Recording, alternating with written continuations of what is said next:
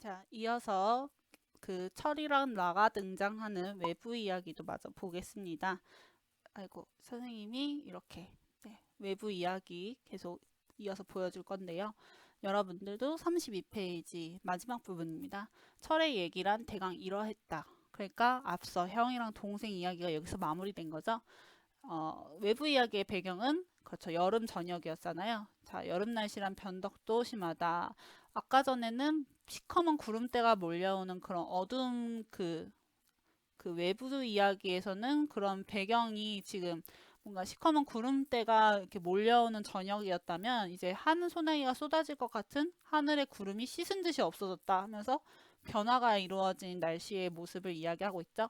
그래서 그러니까 나가 계속 서술하는 겁니다. 온 하늘에는 별들만 새파랗게 깔려 있고 초일에 달이 한복판 허전히 걸려 있다. 바람은 더 싱싱 세차게 불고 집집의 지붕들은 깊숙하고도 싸늘한 빛으로 물들고 땅 위에는 차단한 정적이 흘렀다 하면서 이제 이야기가 마무리되고 있습니다. 자, 뒷부분의 줄거리까지 보기 전에 우리 외부 이야기라고 해서 외부, 내부, 액자식 구조에 대해서 지난 영상에서 계속 봤었잖아요. 그러니까 우리 정리하면 외부 이야기는 철이라는 인물이 나한테 지금 이야기를 해준 게 외부 이야기고 그 어떤 이야기, 즉 내부 이야기는 무슨 내용입니까? 정리하면 그렇죠. 이제 6.25 전쟁 때 형이랑 동생이 포로로 이송되던 중에 형이 다리가 계속 아파서 절뚝거리고 몸의 상태가 안 좋아지다가 경비병이 쏜 총에 맞아서 결국 죽게 되는 이런 비극으로 이제 이야기가 끝나고 있는 게 바로 내부 이야기였죠. 이러한 구조로 나상이 지금 소설의 이야기가 취해지고 있는 요 지금 구조로 이제 이 나상이 이루어지고 있다는 걸 여러분들이 같이 확인한 겁니다. 자, 그래서 전체 줄거리 앞서 선생님이 그 영상으로 이렇게 보여줬던 이 내용을 다시 한번 제대로 보도록 할 건데요. 자, 우리가 지금 본 내용이 쫙 나와 있고요. 그 이야기를 마친 철, 여기부터는 우리 교과서에서 보지 못하는 내용인데요. 이야기를 마친 철이 누구? 이야기 속의 동생이 바로 자기 자신. 아, 이야기를 한 사람이 내부 이야기 속의 동생이었군요. 그래서 나라고 고백을 하면서 자기가 칠성이라고 고백을 하면서 현실에 순응하는 삶을 살았던 자신의 삶이 옳은 것인지에 대해서 회의, 즉 뭔가 계속 생각하고 후회하고 이런 모습을 보여주고 있는 걸로 나상이 끝나고 있는 겁니다. 자, 그래서 전체 줄거리까지 봤으니까 우리 남은 학습 활동 문제를 계속 풀어보도록 할게요. 자, 그러면 문제 3번 33페이지의 마지막 문제죠. 이 소설이 액자 구조를 취하고 있는 걸 바탕으로 내용과 형식의 관계를 이해해 보는 겁니다. 자, 그래서 계속 이야기하고 있는 문학의 유기적 구조라 해서 이 소설은 내용, 이 작가가 이야기하고 싶은 소설의 내용을 이제 액자 구조라는 형식을 통해서 이야기하고 있는 거죠. 그래서 어떤 식으로 이제 보여주고 있는가. 자, 만일 이 나상이라는 소설이 액자 구조를 취하지 않고 1인칭으로 서사를 전개한다면 어떤 점이 다를지 생각해 보자. 3-1번 문제인데요. 자, 이렇게 지금 외부 이야기, 나하고 철의 대화, 그리고 그 대화, 철이 들려주는 내부 이야기랑 이렇게 액자식 구조로 이루어지고 있죠. 만약에 이 나상이라는 소설이 이런 액자 구조가 아니라 그냥 1인칭으로 서사를 전개한다면 어떻게 될까요? 내 솜씨를 제대로 보여줄 시간이군. 네, 그렇죠. 여러분들 이 부분은 사주차 그러니까 이번 주차 깜짝 퀴즈로 선생님이 문제를 내겠습니다. 선생님이 과제로 이 유튜브 링크랑 그리고 학습지를 같이 올릴 거고요. 그리고 맨 밑에 문제에 4주차 깜짝 퀴즈 정답을 같이 써주세요. 이렇게 문제를 내면 여러분들이 그 답까지 다 써야지 출결로 인정될 겁니다. 그래서 학습지의 맨 마지막 깜짝 퀴즈의 문제는 요 33페이지 3-1번 문제가 이번 주에 퀴즈가 될 겁니다. 자, 여러분도 어렵지 않아요. 어렵게 생각하지 말고 이 문제 답을 같이 풀어서 과제를 제출해주면 될 것 같습니다. 정답은 물론 다음 주 5주차 영상에서 선생님이랑 확인을 해보도록 할 거예요. 자, 그러면 34페이지 학습활동으로 넘어갈까요? 네. 2번. 외부 이야기 결말에서 처리한 말을 보고 이제 액자 구조가 작품의 주제의식을 형성하는데 어떤 영향을 미쳤는지 논의해보자. 우리 이 문제 풀면 앞에 깜짝 퀴즈 정답에 대한 힌트를 얻을 수 있을 것 같은데요. 자, 34페이지의 지문 같이 보도록 할게요. 자, 다 봤죠, 여러분? 빨리 읽어보면, 네. 결국 동생은 그렇지 않았다 하면서, 네. 포로로 잡힌 그들 형제 중에 누가 더 둔감했냐고 보았겠느냐, 형이냐 동이나 동생이냐, 동이라고 하죠, 왜 계속? 자, 형이냐 동생이냐 하면서 이야기를 하는데, 결국은 내 이름이 칠성이었다. 내 어릴 때 이름이 칠성이었다 하고, 그 철이라는 이 이야기를 들려주는 인물이 내가 바로 그 동생이었다라고 고백하고 있는 장면이죠.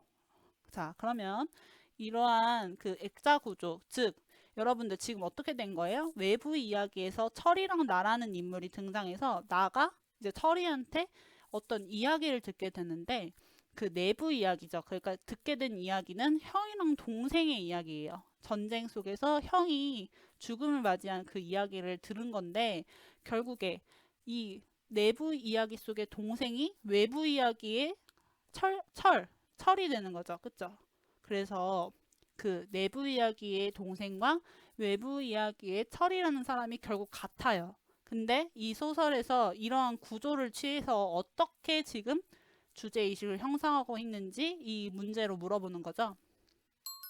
자, 이렇게 정리할 수 있습니다, 여러분.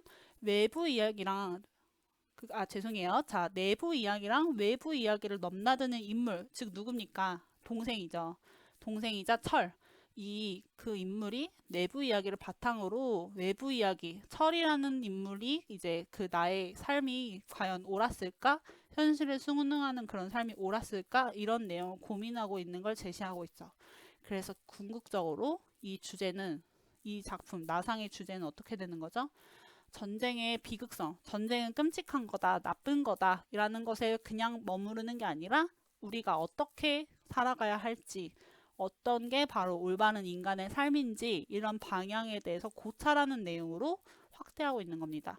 그냥 그 내부 이야기로 동생이랑 형이 있었는데 형이 전쟁에 희생되어서 죽었대 라고 끝나는 게 아니라 그 동생이 결국은 나 이야기를 들려주는 철이었다는 걸 통해서 그냥 동생이 단순히 형의 죽음에 슬퍼하는 인물로 그치는 게 아니라 그렇죠. 전쟁이라는 것의 비극성에 대해서 계속 고민하고 그것에 대해서 회의하는 그런 인물이라는 점을 보여줌으로써 우리가 전쟁의 어떤 비극성뿐만 아니라 순수한 인간성이란 무엇일까? 순수한 형에 대한 그 뭔가 이야기를 하면서 동시에 어떤 삶이 올바른 것일까라고 계속 뭔가 생각해 볼 수 있는 계기를 마련하는 거죠.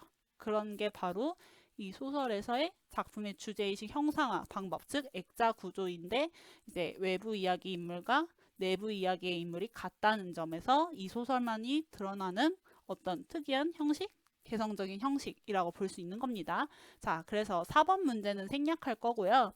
우리 나상의 핵심 정리를 보도록 하겠습니다.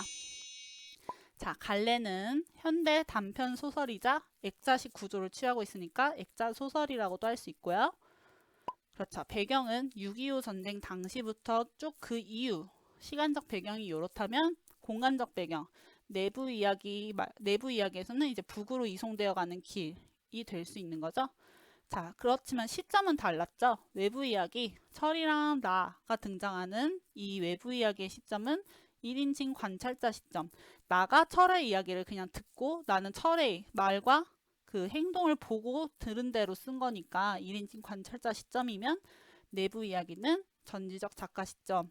그러니까 서술자, 작품 밖의 서술자가 형이랑 동생의 이야기를 그리고 성격과 그 인물들의 생각까지 제시하니까 내부 이야기는 전지적 작가 시점이 되는 거죠. 자, 그리고 주제. 그렇죠. 근원적 인간성. 순수한 형과 같은 모습에서 이제 근원적 인간성이 소중하다는 것, 전쟁으로서 이런 인간성이 소중하다는 것을 이야기하고 더불어서 전쟁과 같은 그런 극한 상황 속에서도 모색하는 올바른 삶의 자세, 즉 우리 인간이 나아가야 할 올바른 삶의 모습은 어떤 것인가 라는 걸 이제 동생이라는 인물로 보여주고 있는 거죠. 이건 특징에서 이어서 이야기할 수 있어요. 자, 외부 이야기랑 내부 이야기의 서술 시점이 다른데, 즉 외부 이야기와 내부 이야기를 넘나드는 인물, 즉 동생인 칠성을 통해서, 즉 철이라는 그 인물을 통해서 과거와 현재를 교차시켜서 주제, 앞서 말한 올바른 삶의 자세라는 주제를 확장하고 있는 게 바로 나상 소설의 특징입니다, 여러분. 자, 여기까지 잘 정리했으면 우리 나상을 다음 시간에 선생님이 깜짝 퀴즈를 통해서 한 번 더 복습을 할 거고요. 학습지 문제도 여러분들 영상으로 봤던 내용들의 중심이라고 해야 되나요? 중요한 내용을 선생님이 다시 정리했으면 하는 내용들만 뽑아서 문제로 만든 거니까 그 답을 잘 풀어보고 과제로 제출하면 될 것 같아요. 자, 그러면 여기까지 영상 잘 봐줘서 고맙고요. 우리 다음 주 5주차 수업으로도 이어서 만나기 전에, 자, 마지막 자연과 인간 에세이 그 6, 7반 차례죠? 6, 7반이 마지막이니까 선생님이 이번엔 조금 사진을 더 많이 랜덤으로 뽑아봤어요. 그래서 여러분들 같이 마지막 자연과 인간 에세이를 보면서 이 영상 마무리하도록 할게요. 자, 그럼 안녕.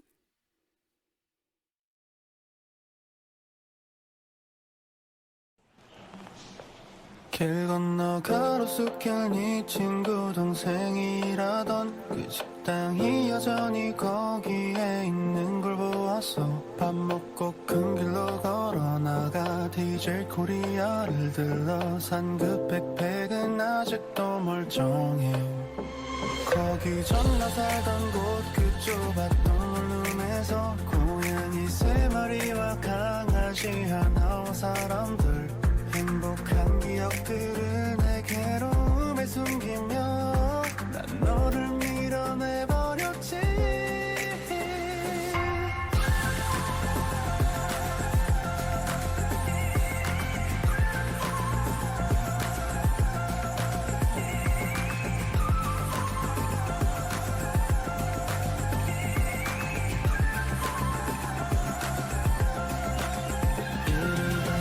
전화해 내게는 말을 했었지.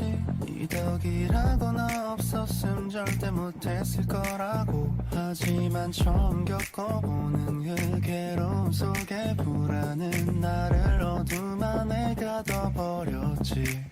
하나씩